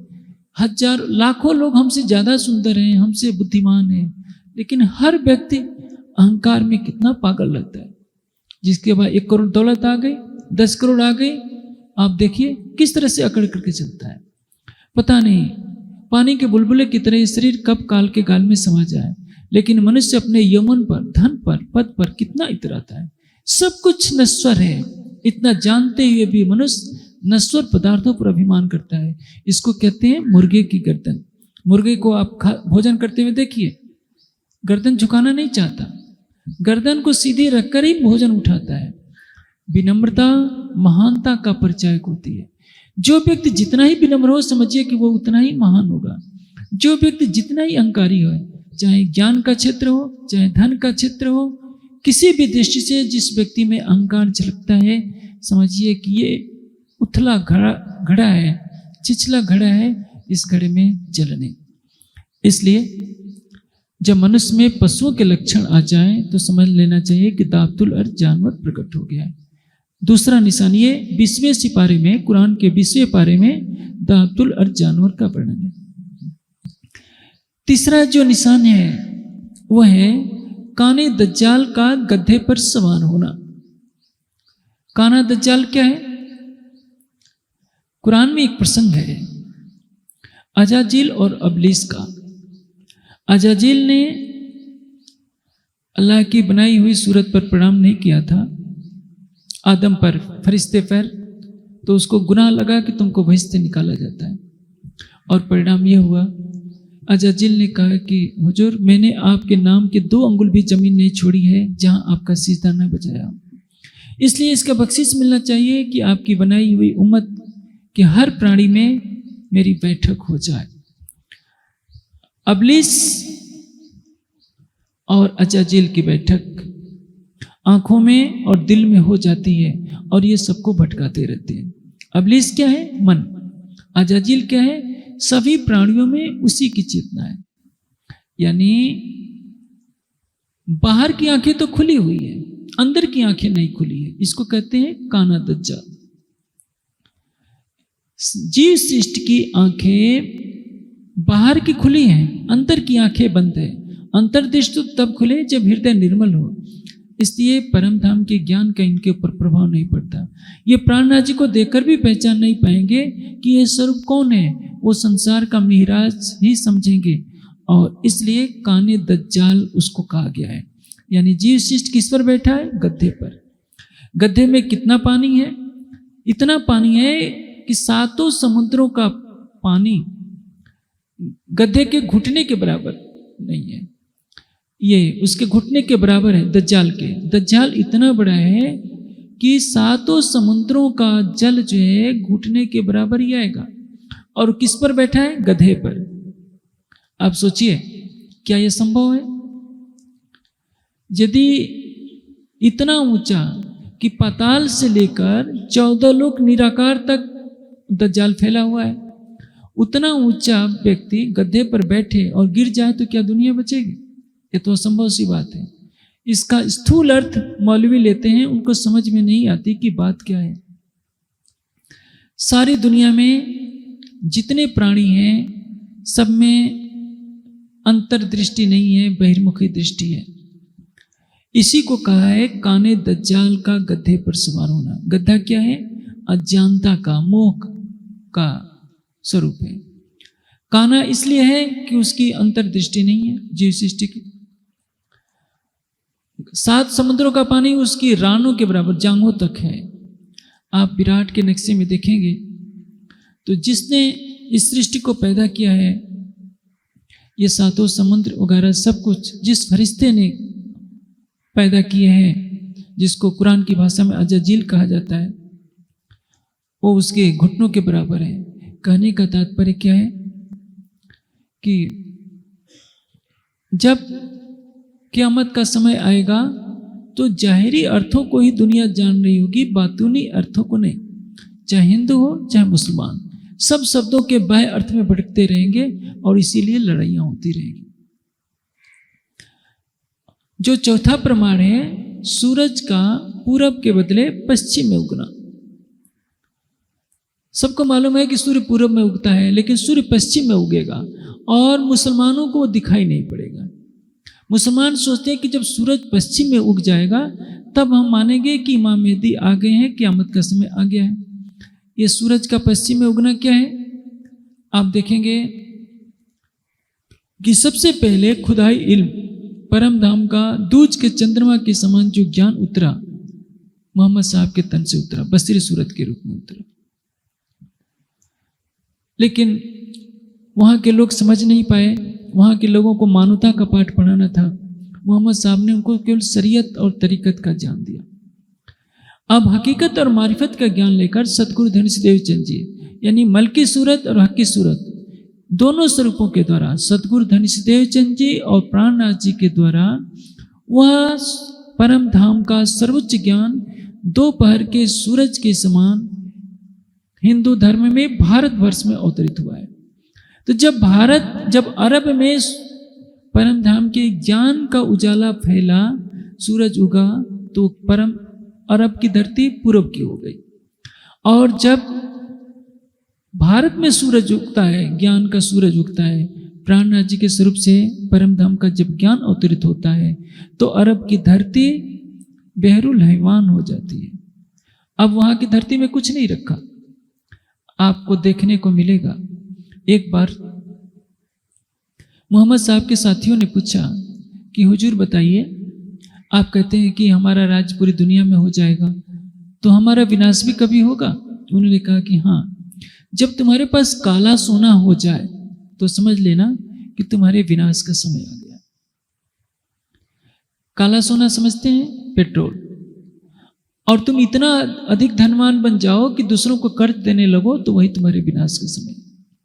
ये भी हदीसों में साक्षी है कि जब अरब की धरती फसलों से लहाने लगे तो ये भी संकेत है। आजकल देखिए मौसम कितना बदल गया है। भारत में सूखा पड़ रहा है, आसाम में भी कहीं कहीं बारिश की कमी हो जा रही है, और दुबई में वहां बर्फ पड़ जा रही है। उल्टी कहानी हो गई है। अरब देशों के पास भविष्य में संकट आने वाला है, क्योंकि उनके पास तेल के स्टॉक खत्म हो रहे हैं, और आने वाले समय में बहुत कुछ अनर्थ हो सकता है। कहने का तात्पर्य क्या है? ये 4 निशान तो मुख्य हैं: दाबतुल और जानवर का प्रकट होना, आजूज मजूज का जाहिर होना, काने दज्जाल का गद्दे पर सवार होना, और ये जो इसके साथ 3 और हैं: ईसा रूह अल्लाह यानी श्यामा जी का प्रकटन होना, जब्राइल और असराफील का प्रकट होना। ये 7 निशान जब आ जाए तब समझ लेना चाहिए कि क़यामत के निशान जाहिर हो गए हैं। कहिया खुदा हमी ताउसी फरदारोज क़यामत, फरदारोज यानी कल को, कल के दिन क़यामत के समय में 11वीं सदी में इमाम महदी के रूप में अल्लाह ताला की शक्ति को आना था। कुरान के माध्यम से सारे संसार के मुसलमानों को समझाना था कि तुम कुरान से भटक गए हो। आज देखिए सीरिया में क्या चल रहा है। कुरान के नाम पर ये सारी दुनिया में आतंक मचाएंगे। कुरान हदीसों का कहना है कि जब इमाम महदी आएंगे तो सारे दुनिया में एक दिन हो जाएगा। एक दिन का मतलब एक धर्म, धर्म यानी सत्य धर्म। ये नहीं कहा कि सारी दुनिया को तुम कलमा ही पढ़ा दो। ये तो शरीयत है। जो सत्य है वो मुसलमान के लिए भी है, हिंदू के लिए भी, क्रिश्चियन के लिए भी है, क्योंकि परमात्मा तो सबका एक है, सबका परमात्मा एक है। जैसा खून हिंदू के अंदर होता है वैसा ही मुस्लिम के अंदर भी होता है, वही क्रिश्चियन के अंदर होता है, वही यहूदी के अंदर होता है। सत्य की पहचान नहीं है, धर्म की पहचान नहीं है। वो अपनी कट्टरता को थोपना चाहते हैं कि 5 बार नमाज पढ़नी पड़ेगी, रोजा रखना पड़ेगा, हज करना पड़ेगा। ये क्या है? इसको धर्म नहीं कहते, ये तो शरीयत के नियम है। जहां ये आतंकवादी खड़े होते हैं, कहते हैं कि कलमा सुनाओ नहीं तो गोली मार देते हैं, इसको धर्म नहीं कहते। ये धर्म के नाम पर होने वाला अत्याचार है। अब श्री जी के निर्देशन में 5 नलिये तैयार किए जाते हैं। क़यामत के 7 निशानों की पहचान कराई जाती है। सारी बातें साक्षियों के साथ उन नलियों में रखी जाती है, और कांजी भाई उनको ले जाकर सबसे पहले काजी शेख इस्लाम, जो न्याय के सबसे बड़े अधिकारी थे, यानी उच्चतम न्यायालय के न्यायाधीश के बराबर उनका पद था, उसको ले जाकर के दिखाते हैं। कहते हैं कि क्या किसी और के पास है? कांजी भाई ने कहा कि हाँ, 4 और के पास है। शेख निजाम के पास, आकिल खान के लिए, रिजवी खान के लिए और सिद्दीक फौलाद के लिए। वही सिद्दीक फौलाद है जिसने औरंगजेब के इशारे पर शिवाजी को कैद खाने में डाला था। खूंखार था, बड़े बड़े लोग उसका नाम सुनकर ही कांप जाते थे। शेख इस्लाम ने ले लिया, शेख निजाम ने भी ले लिया। आकिल खान के पास लेकर गए कांजी भाई, तो आकिल खान ने कहा कि इस पर मेरा नाम नहीं है तो मैं नहीं लूंगा, क्योंकि उसको गरूर था, अहंकार, कि मेरा कोई ना कोई बहाना बनाना था कि ये हिंदू के भेष में व्यक्ति आया हुआ है, इसका हम दिया हुआ क्यों ले। बहाना बना करके नहीं लेता है। रिजवी खान को भी दे देता है और सिद्दीक फौलाद के पास ले जाता है, सिद्दीक फौलाद को भी दे देता है। काफी दिन तक सबने कहा कि अच्छा हम इसको पढ़ेंगे, देखेंगे। अब कांजी भाई एक एक के पास घूमते रहते हैं कि आप उसका उत्तर दीजिए, आप उसका उत्तर दीजिए। काजी शेख इस्लाम के पास कई दिन भटकते हैं, कहते हैं कि काजी साहब आप इसका उत्तर तो दे दीजिए। काजी शेख इस्लाम कहते हैं कि भाई मैं कैसे उत्तर दे दूं, इसमें तो तुमने क़यामत की बात लिखी है और ये निर्णय करना अकेले मेरे की बस की बात नहीं है, हम पांचों मिल करके ही इसका निर्णय दे सकते हैं, क्योंकि ये क़यामत छोटी बात नहीं है। इस्लामिक दर्शन में क़यामत का सर्वोपरि स्थान है, क्योंकि क़यामत का अर्थ है वह समय आना जिसमें अल्लाह ताला की शक्ति आखिरुल इमाम मोहम्मद महदी साहिबुल जमा के रूप में आएगी, सारी दुनिया को दीदार देगी और वो अर्श अजीम की राह बताएगी, कुरान के हरफ मुक्तियात के भेद खोलेगी। सारी दुनिया के मुसलमान इसकी प्रतीक्षा करते हैं, लेकिन आज जो मानसिकता है वो सोच रहे हैं कि आज तो 14वीं सदी खत्म होने जा रही है, हमारा कुरान तो झूठा हो जाएगा। इन्होंने तय कर लिया कि हम हथियार के बल पर सारी दुनिया को एक दिन कर देंगे। मुझे नरेश जी ने बताया कि आजकल ISIS वाले मोबाइल पर वीडियो डाल रहे हैं कि इमाम मेहदी मोदी को कैद करके अरब ले जा रहा है जंजीरों से जकड़कर। उन पागलों को यही समझ में नहीं आता कि इमाम मेहदी का इतना खूंखार होंगे, मोदी को कैद करके अरब ले जाएंगे और सजा देने के लिए। कहने का आशय क्या है? संकीर्णता है। वो सोचते हैं कि सारा हिंदू समाज ही काफिर है और एक अकेले हम अच्छे हैं। इमाम मेहदी तो सारी दुनिया को प्रेम का संदेश देने के लिए आए हैं, किसी को मारने के लिए नहीं आए। उनकी शक्ति तो ज्ञान की तलवार होगी, वो ज्ञान की तलवार से हिंदू को भी मुस्लिम को भी सबको सत्य की राह दिखाएंगे। मुस्लिम को मुस्लिम की, हिंदुओं की हिंदुओं की तरह ये समझे सब अपने में जब आए इमाम आखिर। अब कांजी भाई सिद्दीक फौलाद के पास पहुंचते हैं। सिद्दीक फौलाद से कहते हैं कि कोतवाल साहब आप इसका उत्तर तो लिख कर दीजिए। सिद्दीक फौलाद कहता है कि देखो मैं कोई मौलवी तो नहीं, मुझे कुरान की कोई बात पता नहीं, किसी को मारना पीटना हो तो कहो मैं अभी कर देता हूँ, लेकिन कुरान की बात मैं क्या जानूँ। कांजी भाई ने कहा कि तो आप औरंगजेब से कह दीजिए, औरंगजेब से हमारी बात करवा दीजिए, जो जिस फकीर ने हमें भेजा है उसके जो साथी हैं उनकी बात करवा दीजिए। कहता है कि देखो यदि औरंगजेब ने मेरे से कुरान की कोई बात पूछ दी, कोई आयत मुझे याद आई नहीं, तो मेरा क्या हाल होगा, मुझे इस दुनिया से अलविदा कर दिया जाएगा। मैं क्यों ऐसा करूं? ये मेरा काम नहीं है। मैं प्रयास करूंगा कि हम पांचों मिलकर कोई ना कोई इसका उत्तर निकालें। रिजवी खान के पास जाते हैं कांजी भाई। रिजवी खान कहता है कि अभी तो हमारी बहुत ख्वाहिश थी दुनिया में सुख देखने की, तुम क़यामत का संदेश लेकर आए हो, इच्छा तो करती है कि हम तलवार से तुम्हें मार डालें। अभी हमने शादी का सुख नहीं देखा, परिवार का सुख नहीं देखा, तुम क़यामत के संदेश लेकर के आते हो। शेख निजाम ने भी टाल दिया कि अकेले उत्तर देना हमारे बस की बात नहीं है।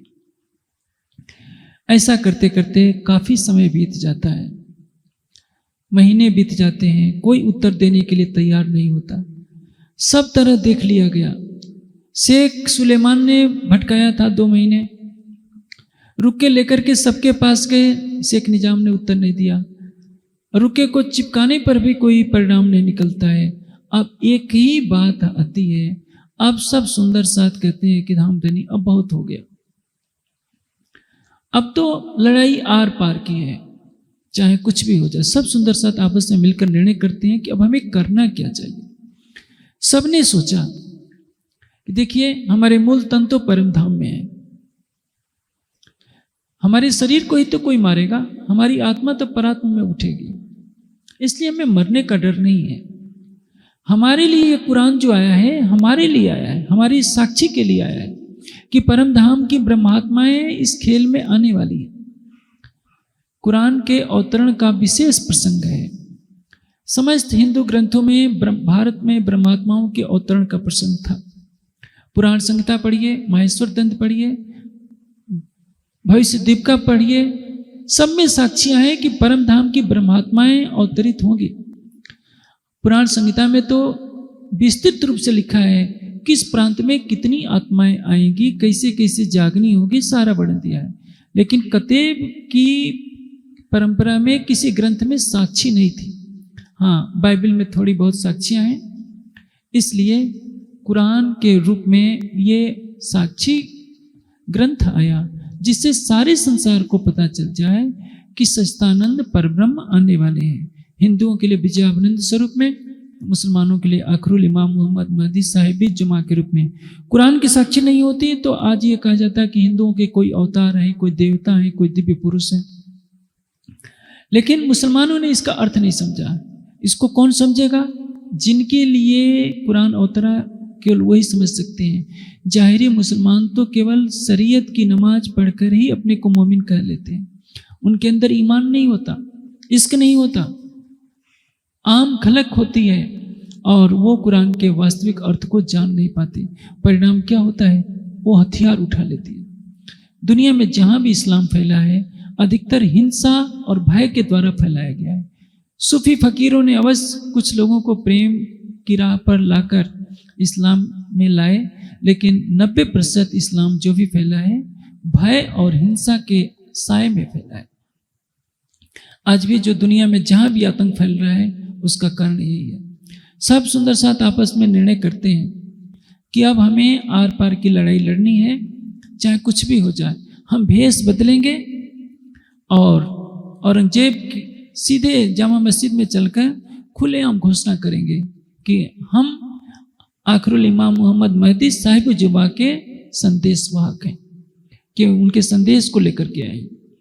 औरंगजेब भी अंदर से प्रतीक्षा कर रहा है, लेकिन बादशाह होने पर भी उसको भी भय है, क्योंकि बादशाह कहीं ना कहीं अधिकारियों से घिरा रहता है, सब कुछ अपने आप कर नहीं पाता। सुंदर साथ ने कांजी भाई के माध्यम से श्री जी के पास संदेशा भेजवाया कि श्री जी अब हम आर पार की लड़ाई करने के लिए तैयार हैं। श्री जी ने कहा कि जब तक मैं ना आऊं तब तक तुम कोई भी सख्त कदम नहीं उठाना।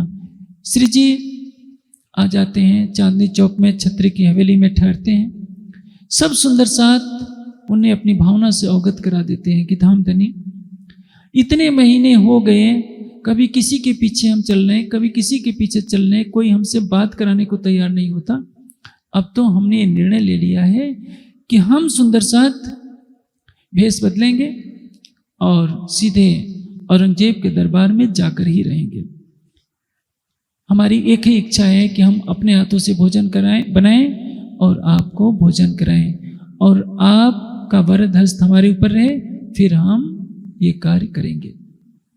श्री जी को सब सुंदर साथ ने अपने हाथों से भोजन बनाकर तैयार किया, भोजन कराया, उनके चरणों में शीश झुकाया, कहा कि धामधनी अब हम अगले दिन आपके चरणों की छत्र छाया में रखकर औरंगजेब को अपना पैगाम पहुंचाएंगे। इसमें कौन था? वो कायम मुल्ला भी था। तफसीर हुसैनी पढ़ते पढ़ते उसको भी ईमान आ जाता है कि नहीं, ये जो कह रहे हैं बरहक सच है। चिंतामणि जो गादीपति हैं वो हैं, भीम भाई हैं, लाल दास जी हैं। इस तरह से 12 सुंदर साथ हैं। शेख बदल जी हैं, 2 मुस्लिम हैं, 10 हिंदू हैं। ये 12 सुंदर साथ तैयार हैं। और तो कितने तो डर गए हैं कि औरंगजेब के सामने जाने का मतलब कि अपनी गर्दन कटाना। हम क्यों मरें? जिंदा रहेंगे तो बहुत कुछ राज्य को याद कर लेंगे, जान खोना मूर्खता है, इसलिए हम नहीं जाएंगे। लेकिन जिसको राज्य पर विश्वास है, जो अक्षरातीत के लिए जाएगा, उसकी रक्षा कौन करेगा? राज्य ही तो करेंगे। जब समर्थ गुरु रामदास ने शिवाजी से कहा कि शिवा मुझे शेरनी का दूध चाहिए, कौन लाएगा? शिवाजी ने कहा कि गुरुदेव मैं लाऊंगा। और कौन जाएगा? सबको मालूम है कि शेरनी के सामने जाने का मतलब कि शेरनी तो हमें मारकर खा जाएगी। शिवाजी को विश्वास था कि जो गुरुदेव मुझे भेज रहे हैं वही मेरी रक्षा ही करेंगे। और इसी विश्वास पर शेरनी के सामने गए, हाथ जोड़कर कहा कि माता मुझे तुम्हारा दूध चाहिए। शेरनी लेट जाती है और शिवाजी शेरनी का दूध आराम से वैसे ही दूध लाते हैं जैसे गाय का दूध दूहते हैं। ये आस्था और विश्वास की बात होती है। हमारा देश गुलाम क्यों हुआ? कभी किसी ने सोचा ही नहीं। हिंदू असहाय बने रहे। आप सोचिए, तैमूर लंग ने हमला किया था मेरठ में, 1 लाख हिंदू को गाजर मूली की तरह काटा। उसमें बच्चे थे, स्त्रियां थी, बूढ़े थे। इस देश का पौरुष समाप्त हो गया था। यदि 1 लाख में कुछ तो नौजवान होंगे, कुछ भी हथियार उठाते, कुछ तो अपना संघर्ष दिखाते। एक बख्तियार खिलजी ने अपने 100 सिपाहियों के साथ नालंदा विश्वविद्यालय पर हमला कर दिया।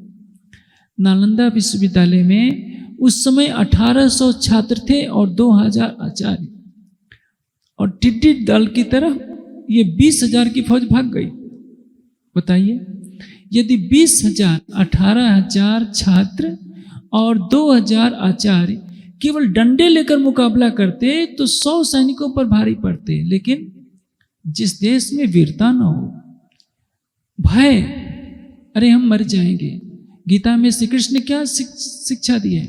अर्जुन नयनम छिंदन्ति शास्त्राणि नयनम दहति पावका न च एनम क्लेदयत आपो न शोष्यत मारुतो। इस आत्मा को न किसी शस्त्र से काटा नहीं जा सकता, अग्नि इसको जला नहीं सकती।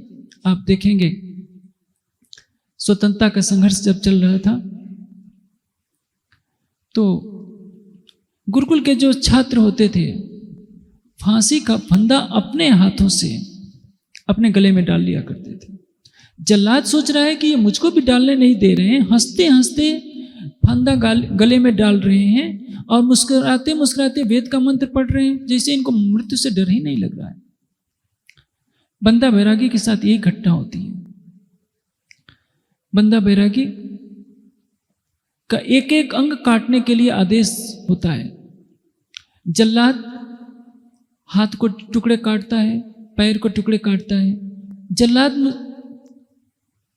काटता जा रहा है और बंदा बैरागी मुस्कुरा रहा है। जल्लाद की आंखों से आंसू आ जाता है कि बंदा बैरागी, तुम्हें कष्ट नहीं हो रहा है? और खिलखिलाकर हंसते हैं बंदा बैरागी कि जल्लाद तू मुझे नहीं काट सकता, तू मेरे शरीर को काट रहा है, जो करना हो कर। यह है आत्म तत्व की पहचान। और जब भारत के लोग पत्थरों पर सिर पटकेंगे, मजारों पर सिर पटकेंगे, शालिग्राम को ही परमात्मा मानेंगे, हृदय में ज्योतिष्मान परमात्मा को नहीं मानेंगे, वेद अमितम पुरुषम महंतम आदित्य वर्ण तमसा परिस्ताद को भूल जाएंगे, तो यही तो हाल होगा। उनकी आस्था पत्थरों में है, परमात्मा पर नहीं। जिसने इस अनंत सृष्टि को बनाया, असंख्यों गैलेक्सियां बनाई, असंख्यों सूर्य बनाए, उस परमात्मा को एक कमरे की 4 दीवारी के कैदखाने में बंद कर देना और कहना कि नहीं, यदि शूद्र इस मंदिर में घुस आएगा तो हमारे भगवान अपवित्र हो जाएंगे, उस मानसिकता ने तो इस देश को गुलामी की जंजीरों में जकड़ा है। और यही कारण है कि आज भी हिंदू डरपोक होता है, कायर होता है। किस लिए? क्योंकि उसके आत्मबल नहीं है। हमारी संस्कृत कहती है देव शांति, अंतरिक्षम शांति, पृथ्वी शांति, आप शांति, वनस्पति शांति, औषधे शांति, विश्व देवा शांति, ब्रह्म शांति, सर्वम शांति, शांति एवं शांति सा शांति माएत। देवलोक में शांति हो, संपूर्ण अंतरिक्ष में शांति हो, पृथ्वी में शांति हो। हम शांति की बात अवश्य करते हैं और करनी चाहिए। शांति का दीपक जलाइए, लेकिन उस दीपक को बुझाने के लिए हवा का झोंका है तो उस हवा को झोंके को रोकने का साहस करना चाहिए। नहीं तो जब शांति का दीपक ही बुझ जाएगा तो शांति की बात कौन करेगा? यह हमने भुला दिया। हम अहिंसावादी अवश्य बने। राम ने कभी चींटी को नहीं मारा होगा, राम और कृष्ण ने कभी किसी हिरण पर अपना हथियार प्रयोग नहीं किया, लेकिन हाँ, धर्म की रक्षा के लिए उन्होंने भी अस्त्र शस्त्र धारण किए। मेरे कहने का आशय क्या है?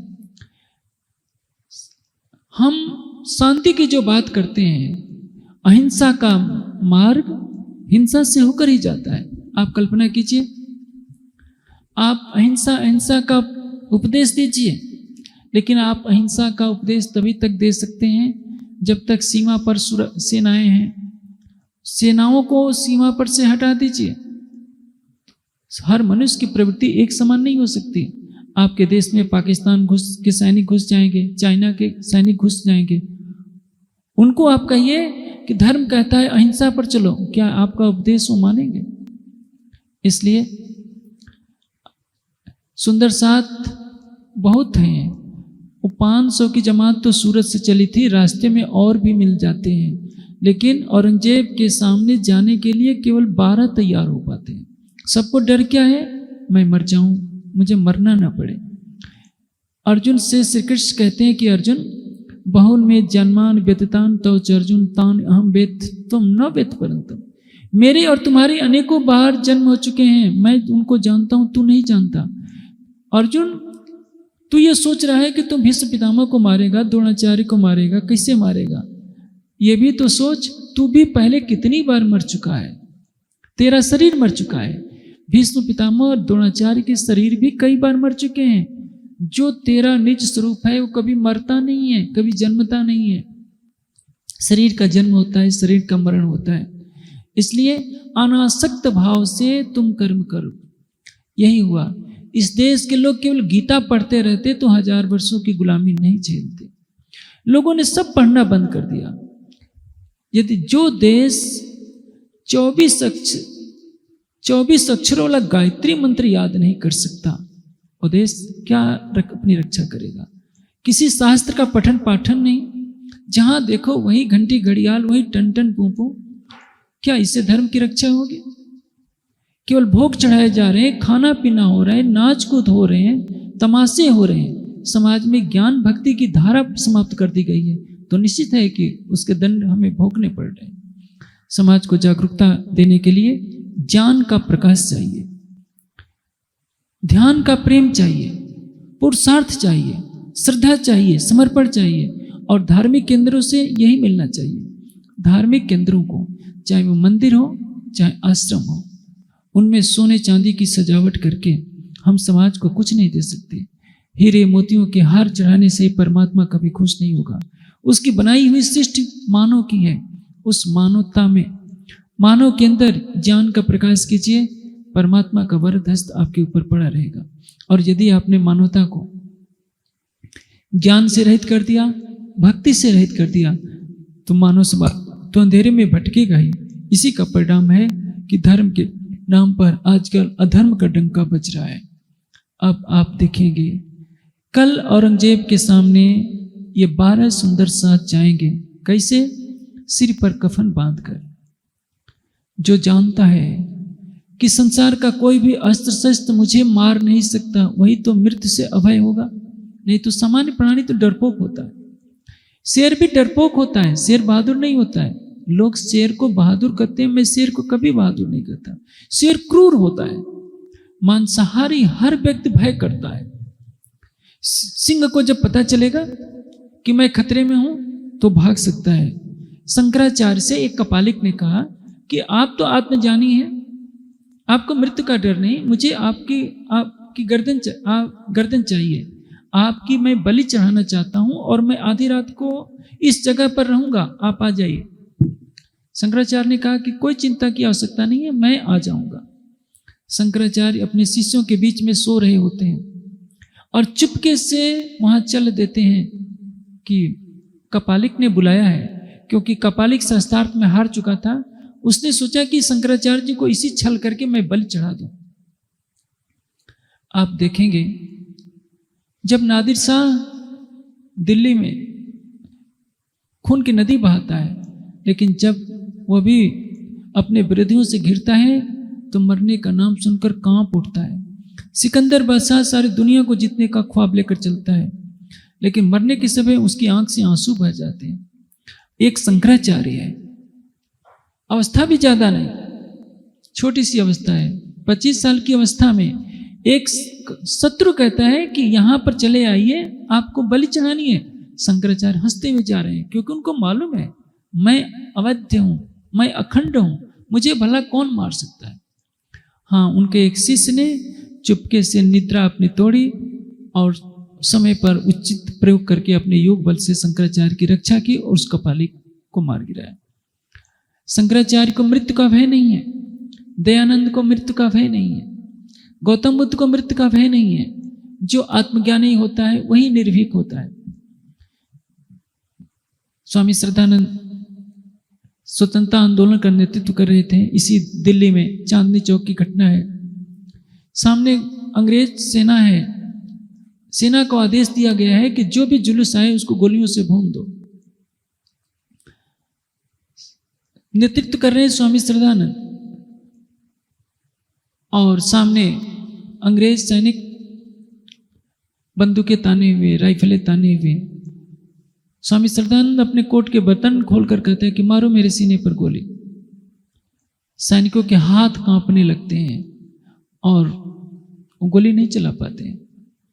डरपोक आदमी तो पहले ही छोड़ करके भाग जाए। इसलिए डरता कौन है? जो मांसाहारी होता है वो निश्चित रूप से डरपोक होता है, हिंसा करने वाला डरपोक होता है।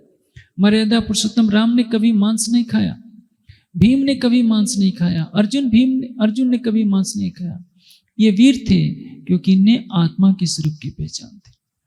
हमारा देश जब आत्मज्ञान से रहित हो गया तो कायरों का देश बन गया।